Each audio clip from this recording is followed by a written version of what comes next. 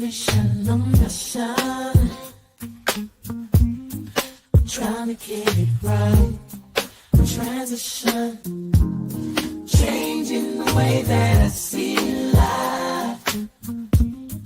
Transition mind. I'm on a mission. On a mission. Trying to get it right. I'm transitioned in my life. Making a transition. Ooh,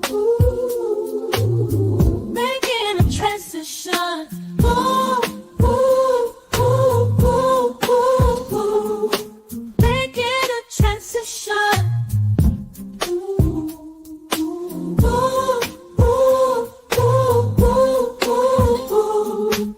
Making a transition. Ooh, ooh. Trying to mission, a mission. I'm on a mission. On a mission. I'm trying to get it right. Changing the way that I see life. Transition in my life. On a mission. On a mission. On a mission. Welcome. This is Alchemizing Energy, and you know what? For some reason, if I like click another like tab, it just makes my little intro song like Okay. skip, and it drives me crazy. But I wanted to like just introduce a friend of mine, Eric. He is a trucker, right? And Yes. listen, let me tell you something. I thought it was always important, because it's I have a lot of different like stuff on my page when I talk about like religion and different subjects, but I want to talk about something practical now because a lot of people when they get out of jail or if they can't find jobs, they end up in the trucking business. And I want to talk about the dangers of trucking. I want to talk about the things you can encounter on the road.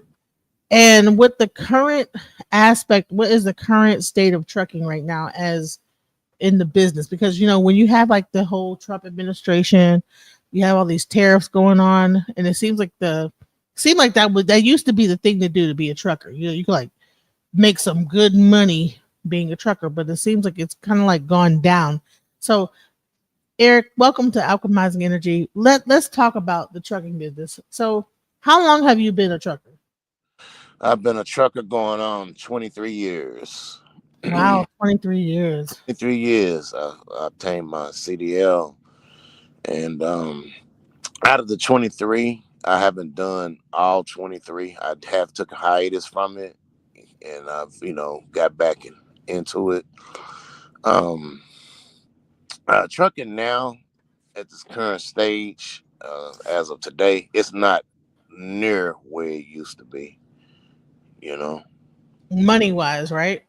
Yeah, financially, money wise, no, you can make income trucking, but this hands over fist money out, no, that them days are gone. Yeah, it's way too many people in the industry. Really? Yeah, then you have brokers cutting back on rates. It's not the same like it used to be. Now a lot of people like with like records. So people that like might have like been in prison or whatever. A lot of Mhm. them like are told like, hey, you can like one industry you could always go into if you have a felony would be the trucking industry, correct? Correct. Yeah, So and it's still that way. You know, it's still that way. People, you got a lot of small companies, 1099 companies. They'll pretty much pick up anybody, long as if it's not you don't have a record for like a DUI, intensive stealing, something like that. A lot of companies, they'll try to give you a chance and pick you up. And the reason I say that is that if for anything grand larceny, theft, I mean, you can't be trusted. But and another one on the DUI, your liability insurance has got to be able to cover you. And and if you have DUIs or so many DUIs, they're not going to cover you. But a lot of charges for selling drugs or just other miscellaneous things. A lot of companies, it's under their discrepancy, they'll give you an opportunity to come forward. A lot of the smaller ones. I mean, you have some of the larger ones that will, but that's just basically it's all dealt on the employer itself. So what are like some of the like things you got to look out for when you first start being a trucker? So you like learn how to get, you got your CDL. What were Mm. some of the most craziest things that have happened to you on the road? What would be the craziest story you could ever tell that you ever experienced? There's a lot of stuff that's happened. One time I was in Missouri. I can't think of the little town. I was driving a dude. He I had my window down, and I looked over, and he said something. I kind of said something back. I don't know what it was, but I couldn't really hear him through the motor. He, um, like had like a beer bottle or something and threw it at my truck. And Why? Wait. He was in the truck with you, or no, what? no, no, no. He was in a pickup truck. I was No, driving. he driving right next to you and threw the thing into your Threw, truck. no, he threw the beer bottle at the truck. Okay, check this out. I'm sitting up high and I'm driving, right? Hmm. And let's say, when you're sitting up high like that, you can, you kind of can see down. You can see down on, anyone in the car. So, I don't know if the guy, if he was racist. I'm not going to say that. I don't know. But for him he said something. I didn't notice. I rolled the window down. And I was like, what? And he was like, F off or something. He just kept saying something. I was like, man, I'm not worried about that. So I rolled my window back up and I put it in gear and I started driving. And he had like a beer bottle and he threw it and it hit my truck. And, I had to, I got course to get out, had to see what's going on, stop traffic. And there was a good Samaritan that got the license plate number, and then the police was called out. You had to stop the truck. Because you didn't know what. Yeah, because I didn't know if it hit anything. Yeah, because it done some damage. It put a dent in it with the beer bottle. It busted. It was a hard impact. That's number one. I got stories for days. That's one that kind of startled me. Two, I was in Birmingham, Alabama. I was at a Flying J off of Daniel Payne Boulevard. And it was probably about 5, 6 o'clock in the morning. It was in the fall, so it's dark still outside. And I took a shower, got up, got myself together, take a shower. I come back, get ready to go on my route. I never forget. I was heading to Tampa, Florida, to deliver a load coming out of Kansas, and I always remember that load at all loads. So. I was like, okay, I got my shower and I'm feeling good, smelling good, and I was like, is that my door open? I'm thinking my trailer door. So, and, put my bag down and walked around towards the back of the trailer. I get to the back of the trailer, I discovered that my trailer doors is open. My lock was broken, seal broken. Four guys behind the trailer, two inside the trailer, one on the ground, and one in a car. They stealing deli meat out of my trailer. Was it a dangerous situation where you were at like gunpoint? Yeah, For some deli meat, like really? yes, it's yeah, yeah. The guy, I say, hey man, what's going on? And it's like pause. I pause. Dude pulled the pistol out. Don't make me do this. I'm like, look, it ain't that serious. I mean, if you want it, you can have it. If you want some turkey meat, You just want go some turkey ahead meat? and Just go come ahead. on I'm, now. I'm not What you gonna lose my doing, life. bro? Yeah, I'm not gonna lose my life over no cargo. Were they like Hispanic or black or white or what were they? African American. They were black. Wow, they was hungry. Okay, let me tell you Yeah, something. That yeah, deli meat was off the chain. They said nope. Come on now, what they doing? Listen, no, we want this deli meat. Okay. yeah, So it's how dangerous? Because a lot of women are starting to get into trucking. Do you think it's really dangerous for them to get on the road now? it's dangerous for anyone, but it's just it's the chances you take, and you don't never know what's going to happen. You never know. I didn't know. I didn't have any intentions that was going to happen. I mean, it's just a snap of a finger, a blink of an eye. And the thing about it is that I was routed towards the overflow in the back. I don't know if that was a setup or what, but so another driver seen what was going on, and then they drove off. I also had $400 on me in my pocket, so they took the $400. So I wasn't caring about the meat because I know that's insured, but I lost my $400. I couldn't get that back because that's Mm. it's here or there because it's loose money. So they took the $400. Some other drivers came over there. They kind of pushed me, towards the ground because it's 4-on-1. So some other drivers saw it. They came over there. Are you okay? So we made the report.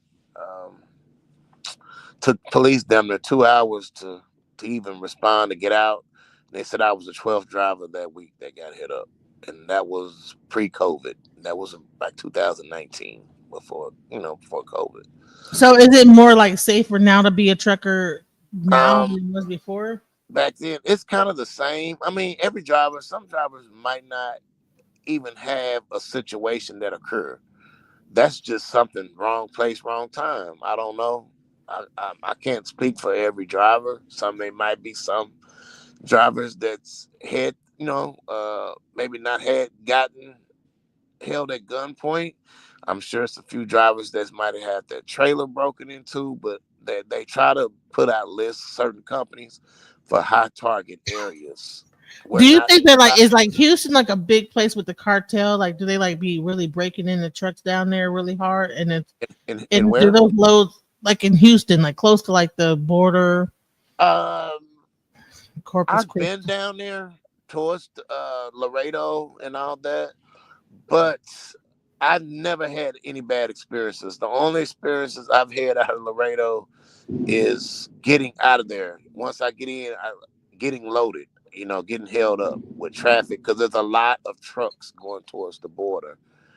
But I haven't been in several years because, that's when I was a previously an owner operator, but I'm not an owner operator anymore, due to fuel prices and rates. So, it's kind of put me out of business. So I came back to as a company driver.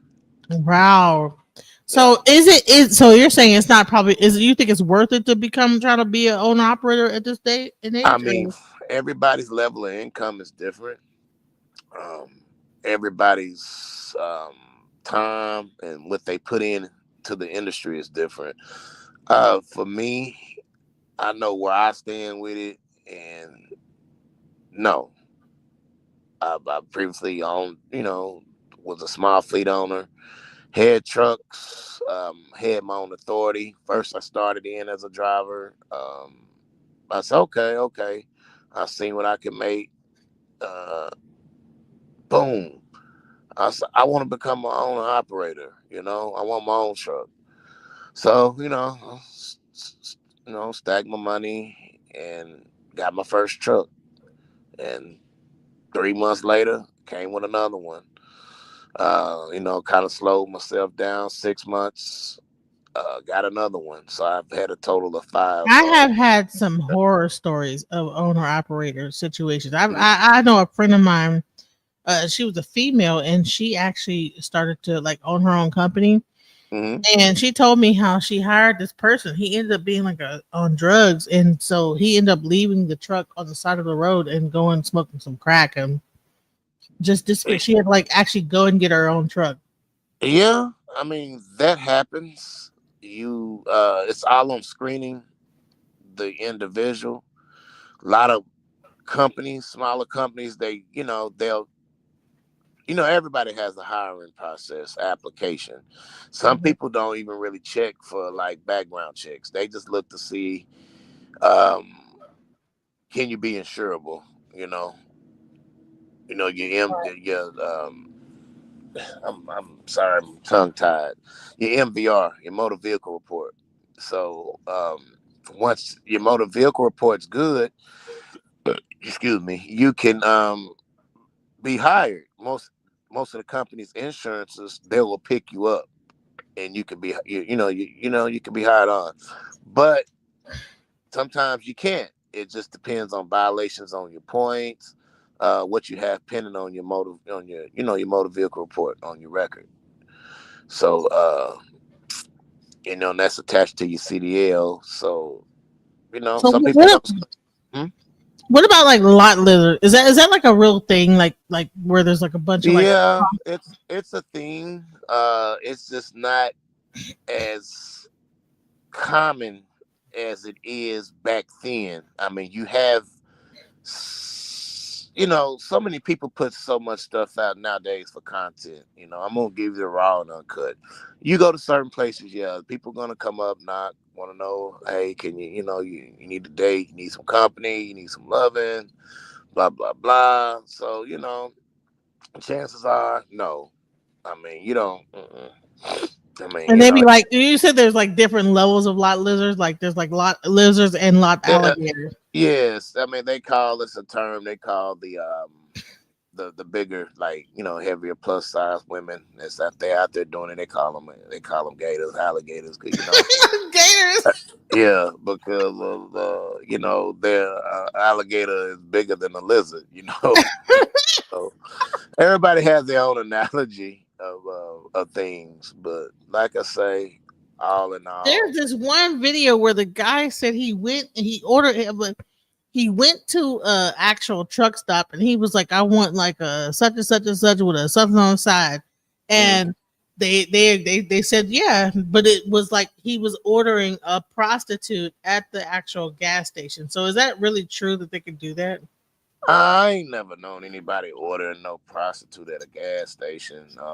Like I said, a lot of people just kind of go overboard, over the top with a lot of things, but no, I haven't. I'm not saying it's not possible, but when you're out here like that, you just out here in the world. You come up across a lot of stuff. Man, yeah. I just try to say my prayers. I try to stay out of the way. Because it's so much. It's easy to get caught up out here in any place. I've seen a lot of stuff. I mean, out here, I can just. Give me a story because it's not like you got like some horror, like Oh traumatic. yeah, no, not. Tell I mean, me. towards me, it's not towards me anything. That's some few things that have happened towards me, but a lot of stuff I've seen, just it's mind blowing. Tell me one of these stories about what you've seen on the road because people. I have an 80% male audience, and a lot of people probably have had records, and they probably are looking into probably getting into trucking, but Right. So tell me one of the craziest things that you've ever heard on the trucking world. Uh, I mean, sometimes you get with bad companies.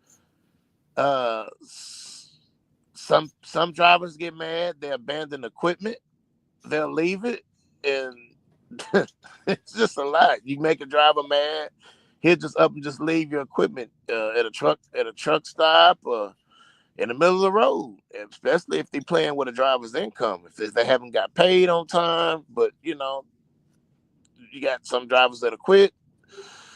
Some it's best if you're going to depart a company, it's best to bring their equipment to them instead of leaving it somewhere out in the open, because that's like abandonment. They can file on your license, and that's like a death flag. That's like a felony on your CDL, because if you have abandonment on there, a lot of companies are not going to deal with you. They're not want to hire you because you abandon their equipment. And I know that it's not right that if some companies don't pay you all your money or take deductions, but see, sometimes you just got to take a loss. You got to, as they say, you got to take a L and depart ways. I Is personally, there like a lot of racism in the trucking business? Like, do you feel like that the black truck drivers get like the short um, end of the stick at and all? and it's all on the individual and how they feel. I mean, in certain areas you go. I mean, are you talking about like as in trucking or the freight, or are you talking about as just in people? Period. I mean, when you say race, the Picking up loads, like do picking up loads. No, I mean I've ran across some places that people kind of look at you funny, but I mean I'm there to do a job. I mean I'm not gonna see these people. I'm no, not I'm gonna. saying like even like getting I'm not picking up, getting the loads. Do they like tend to like give the loads to white I, truckers I more than they can't do I black? can't say that because when now as a company driver I deal with my dispatcher only, so he gets the loads for me and he'll tell me my load assignments. But when I was a owner operator, when I dealt with them, I dealt with brokers myself. No, I didn't. No, it was a good time. I didn't experience anything. Through the broker. Now you might go to some customers that you pick up and deliver. Some people might look at you funny, but hey, I'm here to get paid. Back then freight was booming.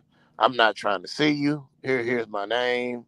Here's my pickup information. My pickup number. This is where I'm going. Give me to myself. Give me my doc signed door number. My load locks is in the back. Load locks is what secure the load. Hey, just load me up so I can get going. Because the sooner I can get this load out, the sooner I can get paid. Because that's just what it is when you have your own operating authority. Because you get paid within 24 hours of that load. Oh, really? Yeah, you have a factoring company, and with a factoring company, they factor your loads out. Yeah. So would you say that that should be an option for people that's like if they're in prison and maybe they get out, should there be like even a thing where they like say, hey, like this is an option for you when you get out, like to like because a lot of jobs are not hiring like ex felons and things like this. Yeah, It I should- mean it's an option on doing that. I would say, but I mean trucking is not for everybody. And I come from a family of truckers. My father he had drove at one point. Uncle he did, and he passed away. He was deceased. I went on the road with him, and I've always, coming up as a kid and as juvenile, was like just interested, especially as I got older, early 20s in high school, to move around and see what's out in my region. And then so I've been blessed to actually seen. I've been to every state in the United States of America. I can tell you about it, what people be on, all that. I've touched it numerous times. So how dangerous is it driving? I mean, I know there's a lot of people. One thing I want to say is that if you're driving a car, you should never pull in front of a truck and hit your. No, because it takes a truck 5 to 6 times more to stop. With the added weight, the time, it's just best not leave. And then leave don't they train you to only shift down? You're not supposed to ever hit the brakes, right? well, you emergency brake, but you have different trucks have different manuals of shifting. So, there's 10 speeds, super 10s, 13 speeds, 18 speeds. Then they got automatics. I don't prefer automatics because I've had automatic when my own personal truck at the time when it was in the shop. I hopped in a friend of mine's automatic and the shifting synchronizer went out. I'll never forget. I was in Mississippi, close to Jackson, and I was there about 2.5 weeks stuck, which I did get compensated for some of it, but waiting for the warranty and all that stuff and insurance and all that stuff pay for the job. It was a big job because it's automatic, on the truck. So, like I said, that was my experiences. I don't care for them. Now it's easy, on your like shifting in your arms and stuff like that and foot, but I'm just old school. I just prefer to shift. So, so okay. So, how do you stop from?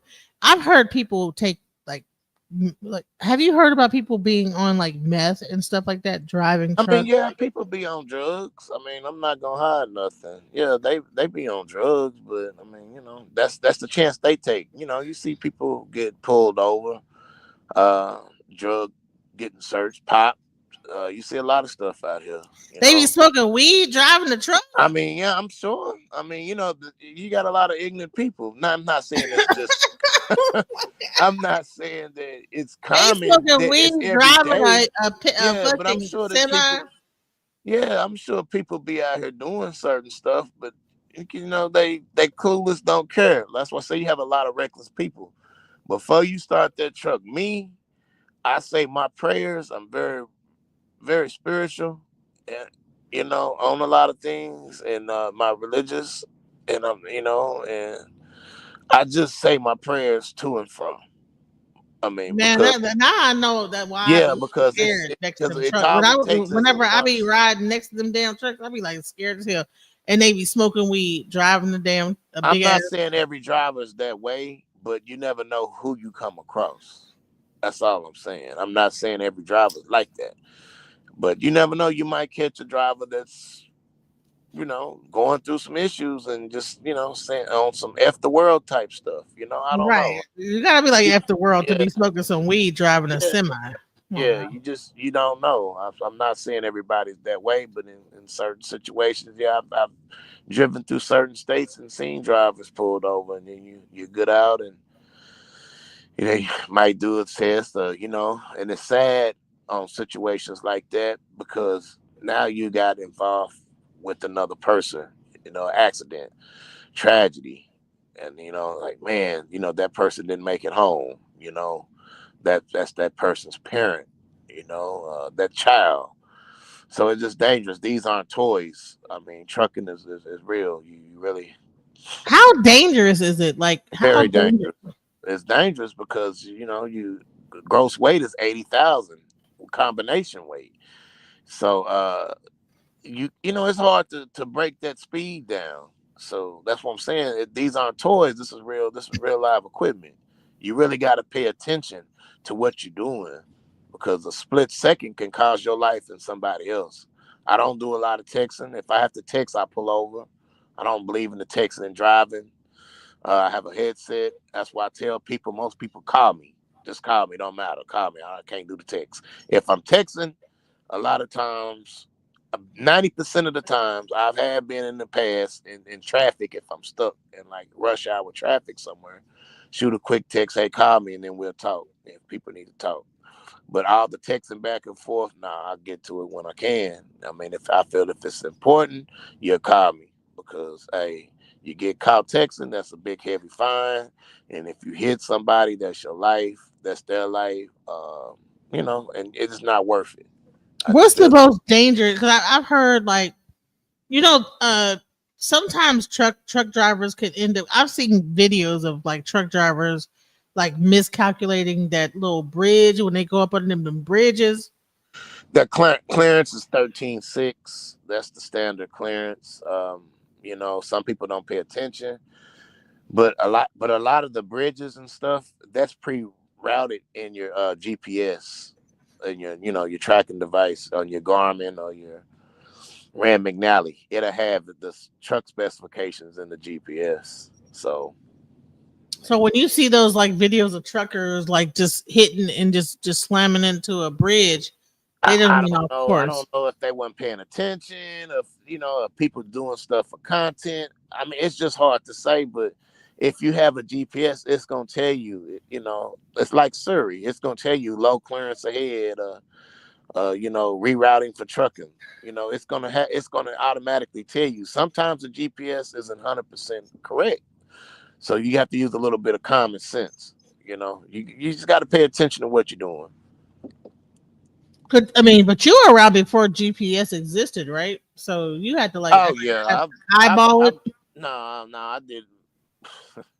I did. I was doing this. I think I can get that bitch to the bridge right here. I was doing this with an atlas. I know how to read an atlas. This is before navigation units and stuff, and then the Qualcomms. I was actually reading the atlas And it's sad. I didn't have, before cell phones. You had to go to a payphone and call somebody. Say, "Hey, I'm here." You have to read, with a number, and they kind of just write the directions down. It's just old school. I mean, trucking is a lot of people got spoiled. A lot of people don't know how to read an atlas. I always tell people, pay attention to your mile markers. And that's just not with trucking. That's just like with everyday driving. If you're driving somewhere, if you broke down, I always kind of pay attention to your mile markers. And the reason I say your mile marker is because if something happened, people can get to you quicker. If I say if you're on Mm. I-40 or if you're on I-35, you're going I-40 Oklahoma, Arkansas, I-35. If you're not in a rural area beside the Dallas Fort Worth metropolitan area, if you somewhere kind of like on the outskirts towards the outside the area, you can say, "Hey, I'm at this mile marker," and then they can pull it up and see what exactly where you at. You just always got to pay attention and be observant of your surroundings. And that's not just with trucking on the mile markers. That's just with anybody driving their own personal car. Just anything can happen. Mm.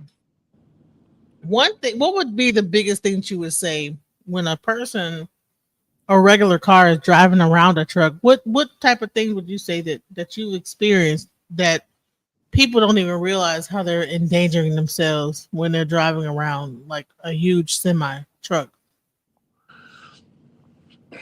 A lot of people's self awareness. They're not really knowing what to do. Some people's in a rush. They don't care. A lot of people are selfish. They think, hey, I got to do me. I got to get here, and you're not taking in count of, okay, I'm going around this big truck. What could happen? So it just all depends on the individual. You see what I'm saying? Right, but what are like the most scariest encounters you had with regular Oh, car? well, oh yeah. You have some cars that try to slam their brakes so you can hit them. You know, um, So you have to it's a actually lot. like Oh, one work. time, You have to yeah, like one work time, around like yeah. the I'm people. like, okay, this car's coming this way. It's like, okay, he want to do this, but the thing about it, you have dash cams.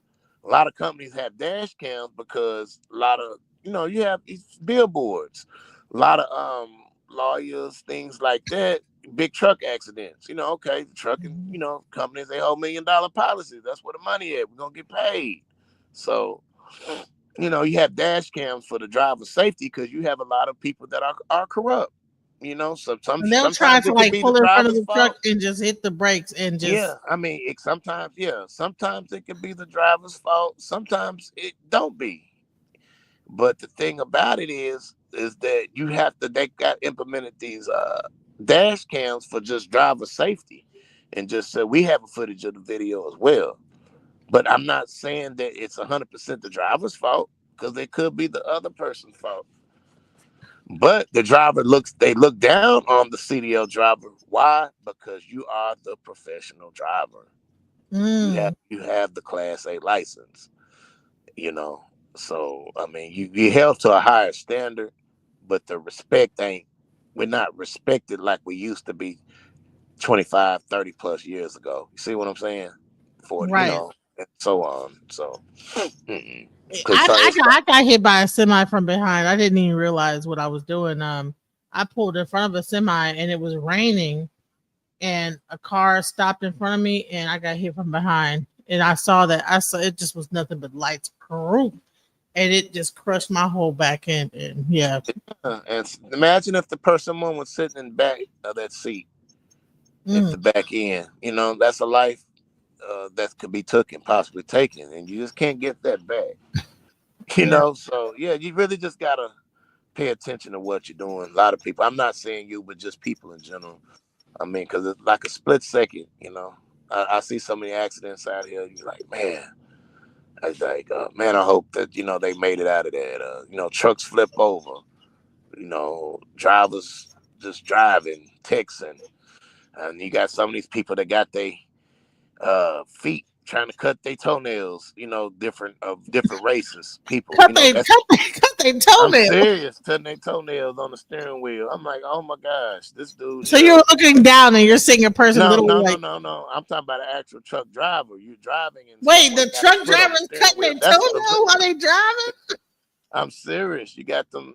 I don't know the nationalities of folks. I'm not trying to, to do anything to hurt anybody's feelings. But them people that wear them flip flops and sandals all the time, that wash their feet sink Right. and all that. See? So, yeah, truck stops. Yeah, And that's they'll their put their culture. feet up. They'll be driving and cutting their toenails at the same Yeah, and I'm time, not bro. making it up. If some drivers know what I'm talking about. If you've been out here in the world, you know what I'm talking about.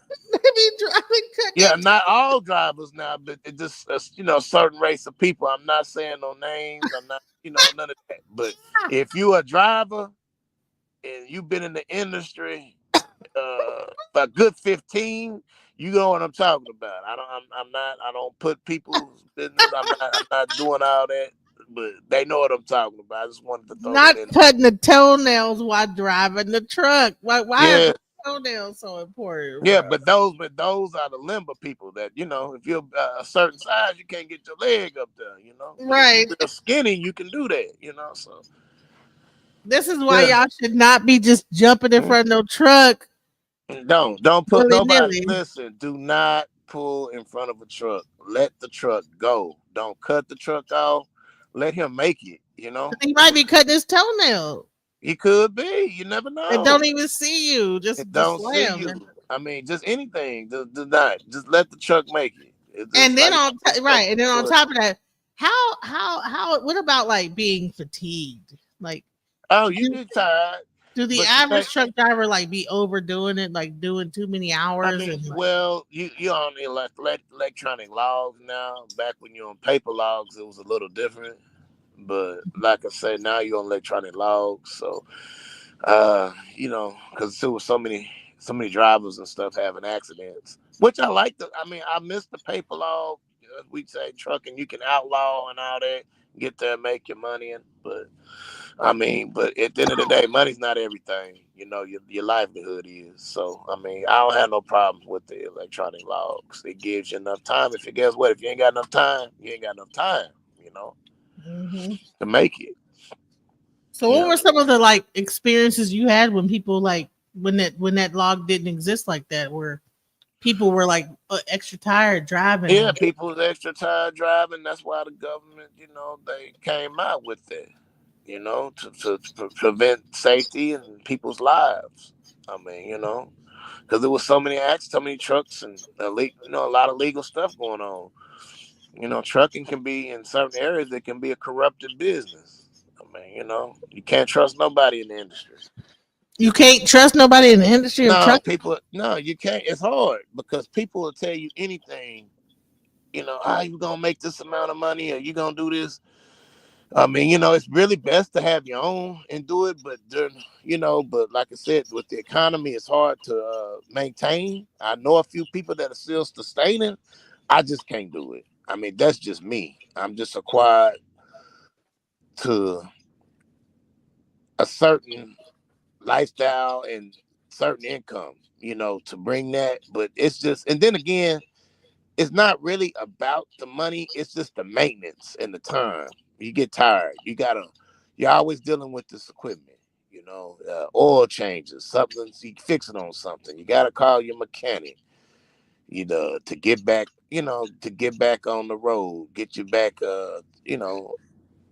DOT compliance. It's just a lot that you deal with. So And do if you you see have a the lot of like truck patience, drivers huh? getting like pulled over by the police, like I mean, for yeah, I mean, if your equipment and stuff is not up to date, they really flagging a lot of older trucks. I mean, but I mean, you just wanna. I can just speak for me. I can't speak for every, hundreds and hundreds and thousands of drivers, but I just got tired of it. And then then the rates and the fuel. I was like, man, look, I can cut my losses and do something else, as so in you just so you were like an owner operator and you had people driving yeah, I truck. had people driving for me. Sometimes I would drive, and and I would have, I let people drive for me. Sometimes I was home. That was a different luxury. I was home, and then sometimes I'd be on the road. I had to call, manage drivers. It's like babysitting people, but it's your business. I had my own DOT numbers, my own MC, all that. It's not active now, but I was then. I mean, I was cool. So do you would you say, so you're saying that you got your own authority, had your own trucks, had a fleet of trucks, but then eventually you just scaled it down to just only. Yeah, a small fleet. I mean, a mini. Five is considered a mini fleet. As a starter fleet. So, yeah. So, like I say, you know, that dwindle down. Drive. And another thing I try to tell people is that it is hard for people that's driving your equipment to make money for you. It is because they're gonna make it what they're gonna make. But if you gotta constantly be on their rear, on their, excuse my language, the ass about moving uh, the truck, getting from point A to point B, it's a hassle within itself. It is. And then everybody's not going to take care of your equipment. What I learned now, I wish that I could have been more wiser in my decision makings when I was an owner operator in trucking and then had that. I was a lot younger as well. But I mean, if I had the same mindset I had now as I had then, things would be totally different. So, sometimes you get blindsided by a lot of by the industry, because you're running, you seeing a different volume of income, the freedom. You don't have to look. You don't have to clock in nobody's this clock. You don't have to worry about being back at your job at a certain time. You the boss. See what I'm saying? Mm-hmm. Yeah, you can go to Belize. Only thing you could dispatch your trucks, or you just have somebody get a loading board with some internet and download a loading board. Say, hey, I need you to move these drivers. I'm gonna pay you this amount of money. And it's like, okay. I mean, a kid can do that. I mean, somebody that's in high school. You find out where the driver is located. Um, call call the number that's on the board. Ask them about the certain load. They okay, it's available. They're gonna want a copy of your insurance, you know. So you send your insurance in, updated insurance information. Once that's done and everything's good, they'll send you the rate confirmation with the rate. The So rate confirmation. I want to play something for you, and you tell me what you think about this. All right. So I started working with Schneider. I was working at there as a planner slash back office. They moved me from Dallas to Wisconsin, and then I moved back home. When I moved back home, I worked for a shipper. I'm gonna speed this up for y'all. Working on the shipper side, that's when I realized how much money that the owner operators, the people that own the trucks, was making. I was fucking with North Carolina and Florida. We was moving all the shrubbery for Home Depot, Shopko, and Lowe's. And the young dude that I was running his shit. Like I was like, what do y'all do when the season's over? Because they was working for 4 months and they was making six figures. And that was a lot of money to me back then. I've been doing this for over 20 years. So back then, to see, and they were young, they was only like 24, 25. We all young. What do y'all do when the season over? And he said, why, you want to dispatch us? I said, yes. But I didn't know what that meant. See, I was thinking that he had the loads, him and his family, and I was going to just, do what I was doing for a big corporation. When I said yes and I quit, I found out very soon that that is not what the fuck he meant. I had to get the loads. I had to give it to them, and I had to keep doing that. I fumbled and failed and fucked up, but the first week I did it, I made $10,000, and that was it. So is that true? I mean, Yeah, she's not lying. She's not lying. She's telling the honest truth about everything. I mean, yeah, because that's back then that was a lot. The industry was popping, and a lot of people was kind of behind. They wasn't understanding what that was like. Yeah, when you see the thing about it, when you get loads that, you know, um, let's say back 10, 15 plus years ago, uh, when you were getting loads that were paying good and fuel was cheap, you could pocket a lot of money. Mm. So right now it's not the same amount. The people are not they not hitting it big like this. Hold on. I was like, I'm finna fuck with this. If I could do 10, I knew I could do millions of dollars a week. That's what I did. Man, that's awesome. And that's how I got the first truck. So okay. So can you break Now, down? she calls herself. She went to from ex-con to $100 million being a truck driver. Do you think that this is real? Is it you think it's a true story that she went from like can that really happen like that? You there, Eric?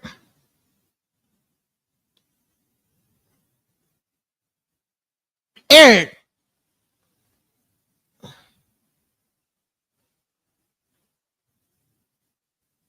Down, like in the trucking industry, because you're saying dispatcher, shipper. Like, what Mm-hmm. are all? What does it all entail? All right, What so- are all the jobs? If you're smart and you own a truck, you can either be an investor or an owner operator, right? An owner operator drives their truck that they own. That's them. Shippers give them the loads.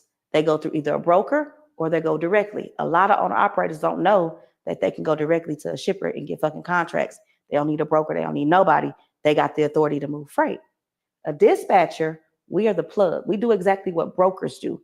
Brokers and dispatchers get the loads for owner operators, but brokers pay to do the shit and we don't. We get paid to do the shit. That's the difference. Oh shit. God damn. So Mhm. the person that you were talking about, did he put you on game to be a dispatcher at the time? No, he just put it in my ear to get into the industry because they're felon friendly. So all my trucks, I own over 140 trucks. Almost all my drivers got felonies on purpose, intentionally. Like I hired them on purpose. Now, we see a lot of people fumble with, the box trucks and Oh. All right, I'm here. all that good shit. What is actually a lucrative truck? What is a truck that's worth investing in? People get into box trucks because that's what they homeboys got, and that's what they see them little shits out of. I do not like box trucks, right? I fuck with the big boy shit. I don't like the hot shots. I don't like box trucks. I don't do sprinter vans. You can get a bag in that. That's just not my bag. Semi trucks is where it's at. But you can't just jump out there and get a truck. You can lose your ass. A lot of people are following people on the internet who bought somebody's course who swear they a guru and they not. And they ain't teaching these niggas shit. So they want to get a truck and they shit just sitting. If you dispatch first, you actually learn the industry. You learn how to get the bag. But that also teaches you, hey, I want to get this type of truck because this owner don't have these type of problems like the international owner does. You also are building relationships with shippers, so they start to fuck with you. But if they fucking with you, that's all you need right there. So now that I know I want to get this type of truck, I got this relationship with the shipper, I'm making money dispatching because you get 10, 15%. That's how you maneuver that, and that's what you need to do. Semi trucks. So she's talking about her experience, like she said she went from ex-con to making $100 million. Yeah. And the reason I'm saying, and she's talking, I'm listening to her. Yeah, like she was saying, you got to find your own lane. I mean, you have to find your own lane, and what your niche is, And like she said, box trucks, that wasn't her thing. So some people, box trucks is. A lot of people don't like flatbed. Some people's in the hot shots, car hauling. If you got a lane, cattle hauling, calling cattle. If you have a lane, an open lane, in which I meant by a lane, it's if you have a green light on something. I'm like, man, this is a good way of making some money. You're gonna run. You're gonna take it and you're gonna run with it. And yeah, I mean, there's a lot of people that made a lot of money. That's why it's regulated now. They weeding certain people out the game. But back in the day, I mean, there was nothing. I mean, to have hands over fists. I just wished I had the mindset and the thought process back then to make better decisions. Sometimes you regret your decision. I regret my decisions on a lot of stuff that I've done. I mean, but hey, it's life. We all make the choices we make. We all make mistakes. But yeah, I mean, So it's so what is the biggest decision you would say? Because here's the thing. So there's a lot of people who are probably like that are ex-convicts that are watching this. They're just not even ex-convicts, but just trying to figure out what they want to do with their life. I have an 80% male audience, and you know, I try to bring them content that's going to apply to them. And when it really comes down to it, if you can't get a regular job, you can like get your CDL. You can like become a truck driver on various different levels, and like just do that, right? So one thing I want to ask is, on average, how much would you say that? How much do you make? As an owner operator or as Both. Let's break it down to both. well, the thing about it is hard to say on average because all loads you can get paid per mile and then you can get paid percentage. Owner operator, you get.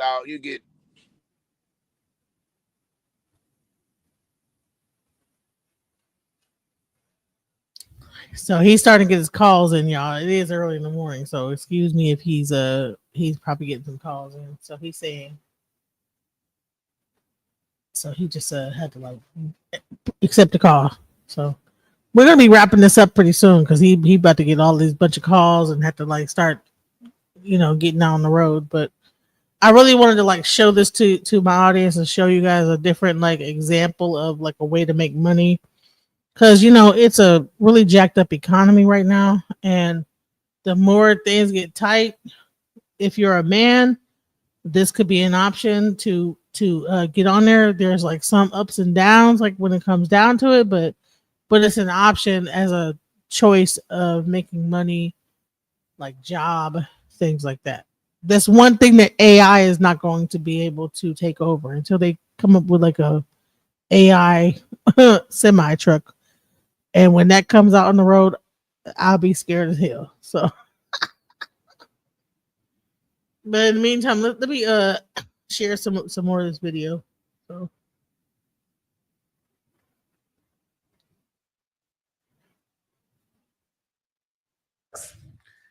Tell us about the first time you got a fucked up truck. What was that like? The very first truck I bought. The very first truck I bought was a fucking International, and before I drove it off the lot, Rush Truck Center, $25,000 repair. $25,000. I do not like Internationals. So one of the things I heard about trucks, the trucking game is that the insurance is really expensive. Extremely high as giraffe pussy. So break that down. Like, what is a typical insurance cost on? Well, it depends on your credit. If you got a CDL or not, you got to put down 4, 5, 6,000. Again, depending on your credit. I got a dude that I know that's paying $1,900 for one truck. I got a dude that I know out in California that's paying $6,000 for one truck. It depends on you and where you're at too. So what would you? So she told on insurance costs, but I was like telling everybody in the audience, like it's the economy is one thing that I believe that is going to be able to stand the test of time when it comes down to this whole new AI revolution is the trucking industry. So when you find yourself, especially these men out here, if you find yourself in a situation, you have a job or whatever, you should probably like get your CDL. I think that all men should have a CDL. I don't know. That's in my mind. Yeah, but I'm going to wrap this up because I got to get going. Right, go ahead. But you got to find your own lane. Trucking ain't for everybody. Like I say, if you want to give it a try, you can. Excuse me, I had a few interruptions along the way because I'm still a driver at the end of the day, so I'll get calls. But during the recording, but you just got to find your own lane in life. I mean, it's not for everybody. You really got to have a lot of patience out here. But I will suggest this: if you have a family or little kids, don't get into trucking. Let your kids be grown. Mama, I did what I did, had to do to support my family and stuff. But you miss a lot out on life, and sometimes, you know, you're out here trying to chase a dollar or whatever, but time is something you can't get back. You really can't. Once the time's gone, that's it. So I suggest anybody that got small kids, stay home. You know, don't, because you need it. You know, and then you're always trying to catch up on what. Really? Yeah, you're always trying. Like if they little kids, school plays, you behind because you're absent. You're not there. You always trying to play catch up. So I And you just might have the money and be able to say, "Oh, I have this money," but you missed out on so you much missed time. out. Yeah, that's what I said. Money can't buy back time. It don't. It's nice to have. You can, you know, buy, you know, kids if they little kids, buy them toys. But hell, you know, but that time that was spent, it's gonna matter the most. So that's Hmm. why I say, you know, just if you want to get into it, make sure your kids is grown, you know, out of high school, you know, and then college or whatever. Don't don't get into the industry with kids being little and stuff, and just try it out. I mean, if you're interested, I'm just speaking on my behalf. I can't speak on everybody else's, but to me, your time is more valuable than anything. And the owner operator thing, because I'm gonna when you go forward, I'm gonna like play the rest of this video with the young lady. But what would you say about owner operator? Like, because you know, like, is it better to like be a part of a company versus an owner operator? I mean, you got to get your experience in. If you're getting into the industry, you need to be a company driver first. You got to learn the industry. You got to get your feet wet, you know. Then once you learn the game of trucking, then you know after maybe 2 years or whatever, 3, then you can buy your truck, you know. But just don't up and just buy a truck thinking that you're gonna make a handful of fists if you don't know what you're doing. You know, and that's the thing. People want stuff instantly. We're in an instant type world. There's no patience, and Do that's you feel like that the whole trucking industry is getting like kind of like bombarded by immigrants? yeah, it is. Yeah, that's why I say it's a lot of different nationalities of people, immigrants getting in it, and I mean, and I'm not knocking nobody. I mean, it's money. I mean, you know, it's consistent money. It might the pays not be like how it used to be years ago, but I mean, it's a job. It's an honest living. I mean, but it's not respected like it used to be. So, And also, with one last question is the you know, with the current tariffs with Trump and all this other things, are you noticing that the actual loads are becoming less and less, and so it's getting more harder with that with the tariffs and everything? yes and no. That's a kind of a yes or no question. And what that is with see, like what I do is refrigeration now. So I don't go to ports. So, but I know some people that do deliver from to the ports and stuff like that, and you know, it's just a lot. When you got tariffs on things, that makes the goods go up, tax go up, and you know, and when the taxes go up like that on the goods, guess what that does to the rates? The rates don't go up, the rates go down because everybody's Oh, so like a you piece get of paid pie. less because you Yeah, if get the paid tariffs less. go up, yeah, if it costs more, you know, it's more, you know. I mean, if you're going through brokers, they're gonna have to get their cut. It's like a piece of pie. It's like a piece of a pie. Mm. Everybody wants the biggest piece, but the driver, he always get the smallest. You the lowest on the totem pole. If only way you really truly see a bag in trucking, you got to have direct shipment. You can't go through a broker. And when you have direct shipment, you got a direct contract. And you bypass the middleman. The middleman is gonna always play a part in anything. So you bypass your middleman. Well, I want to bring you back on here in the future, so we can like talk about this more, just in case there's anybody in my audience that's thinking about like doing trucking and things like that. Okay. But thank you for like coming through. I'm gonna play a little bit more of this video for anyone that might be interested in it. I don't know. I'm not sure how much that what she's saying is true.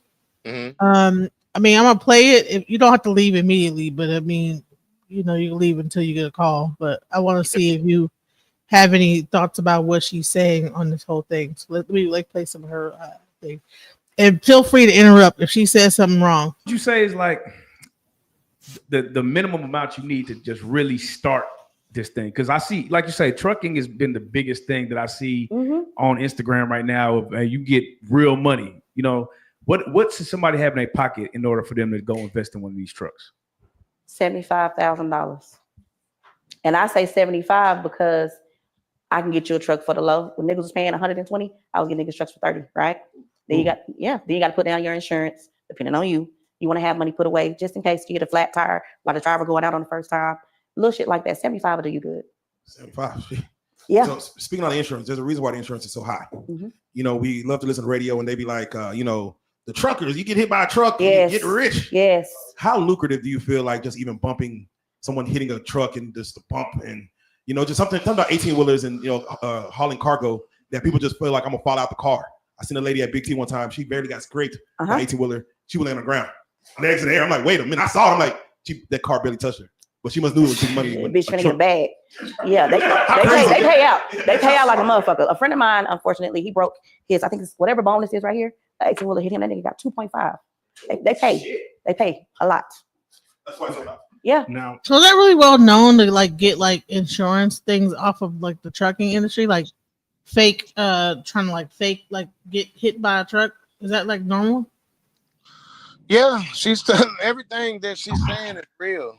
From getting the startup costs, and everybody's startup cost is different because you have everybody's budget is set up different. But if you a cool 100,000 can kind of get you in, you know, with a low truck. But you also got to look at this too. You pay for what you get. You don't want a crappy truck that's gonna give you a lot of issues and breakdowns. But you do have to have you start up for your insurance, the down deposits. You need money set aside for maintenance fee, tolls, fuel, which you get a fuel card. But you just want to be able to just have a little cushion to start in the industry. And then with the accidents, yeah, that I touched on that earlier, and that's funny that she had brought that up. But yeah, trucking, I mean, it's a hassle, and people, they are out here doing that. You have a lot of fried people trying to get hit by trucks.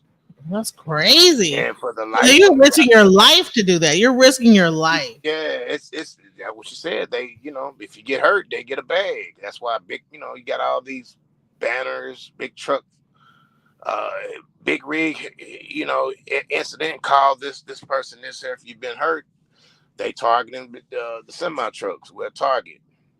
I mean, that's wow. You're a target. Do you find like the more southern you get closer to the border with the Mexican border, that happens more, like when you get, or is it more? I can't speak for that. I don't know. I just, like I say, I just be in and out. I'll just be covered, and I'm real, Becca said, when you dealing with these trucks, I just pray for my, for pickup and delivery from in transit to and from. I mean, I can't really speak on if it's more accidents, if it's this and that, because a truck accident can happen in the blink of an eye. I can't really say that. I mean, Let's hear some more of what she got to say. Well, I'm gonna have to get going. Go ahead and go. Go ahead. I'm just playing this video at this point. I'll let you. Yeah. Okay. I'll talk with you. Okay. All right. Peace. Peace. How do you discern who you're gonna put in one of your trucks? Because with the insurance being that high and the payout being that high, you have to really. I'd be like, I have to look a motherfucker right dead in their eye, like, hold up. How do I know you're not gonna get? Because you don't know. You don't. I'm gonna tell you something. I've been doing this for a very long time, and I'm not never gonna get in front of no motherfucking camera, no podcast, and get y'all no fuck shit. You're not gonna know. I give a nigga a chance who just got out of goddamn school over these niggas that are driving for 20 years. Of course, you want to do your due diligence, pull their MVRs, but niggas fuck up. Don't get in this industry if you don't got a bag, because they can fuck up and take your truck and do all kind of shit. You don't know. You really don't. Now you spoke on buying the truck, and the amount you need to have. Mm-hmm. What people don't know is them trucks could get up to a lot of mileage. What's the highest mile you've seen on the truck? I got a truck with 1.3 million miles. 1.3 million. And I only fuck with trucks that got 500,000 or more. Oh, Why is that? Because they have already had either an overhaul or any major fuck ups happen right around 300 to 500. They already don't fix that shit because it's gonna happen. These things keep going. It's nonstop. These niggas gonna tell y'all, get you a new. Don't get no new shit. Don't get nothing. Because again, the driver's gonna fuck your shit up. Mm-hmm. What is the stupidest thing you've had a driver do in your truck? Oh Lord. I remember because I'm asking because I had a family member that one time he was driving a truck and this motherfucker he hit something and tore the whole front grill off. And he tried to lie and tell his company somebody stole the front grill off the truck. I've had a driver hit a whale head. A whale? A whale head. Let me explain to you. Is it a whale? A whale head. No, like oil and gas, sweetheart. Oh shit. You see? I said Free Willy. No. See, my bread and butter is the oil and gas. I do crude oil. I do frac sand. I'm oil and gas. Like that's where the billions come from, guys. Take notes. This motherfucker hit the whale head, and we had to pay $170-something thousand an hour. That's the stupid shit a nigga done did in one of my trucks. Like when you get that call, like, do you consider hiring a hitman? What is the thought? Like, I can get him way for way less than 170. You don't consider hiring one. You consider being one your damn self. Right. Shit, it was down for a couple of hours, but I mean, trucking is highly volatile. You make a lot of fucking money. You spend a lot of fucking money. So I was prepared. So now, you do work with the felons, right? Yes. Because like you said, you actually had a jail stint and you have sympathy. What gave you that mind? I mean, obviously because you had to go through it, but like, what is your process when you're choosing the felons? Do they have to be rehabilitated? Is it just a gut feeling? How do you choose who you work with? As long as you don't have no vehicular manslaughter, I'm gonna give you a second chance. That's real. As long as you don't have no DUIs driving under I'm gonna give you a second chance. I don't give a fuck who you killed. I don't give a fuck what you sold. I don't give a fuck who you kidnapped. People need a second chance. I'm gonna give you a second chance. How long should a truck driver be on the road? How long should they be on the road? Yeah, without taking a DOT breath. hours.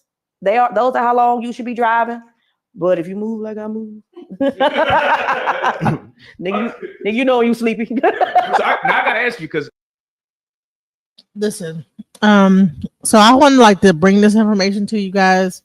The actual video is on Real Life Street Stars. It's called From Ex-Con to $100 Million Trucking Guru on Changing. I'm gonna say this is that I believe that this is one of the industries. If you are a man and you don't know what you're gonna do, we all know that we always say, hey, look, you should get into trucking. Get it, look into it, do some research, get your CDL. I think all men should have their CDL at some point. So much love, guys. Thank you for being here with me. Peace. I am blessed to make money, money making money, money making money, money making money, money making money, manifest making money, money making money, money making money, money making money. I ain't stressed, making money, money making money, money making money, money making money.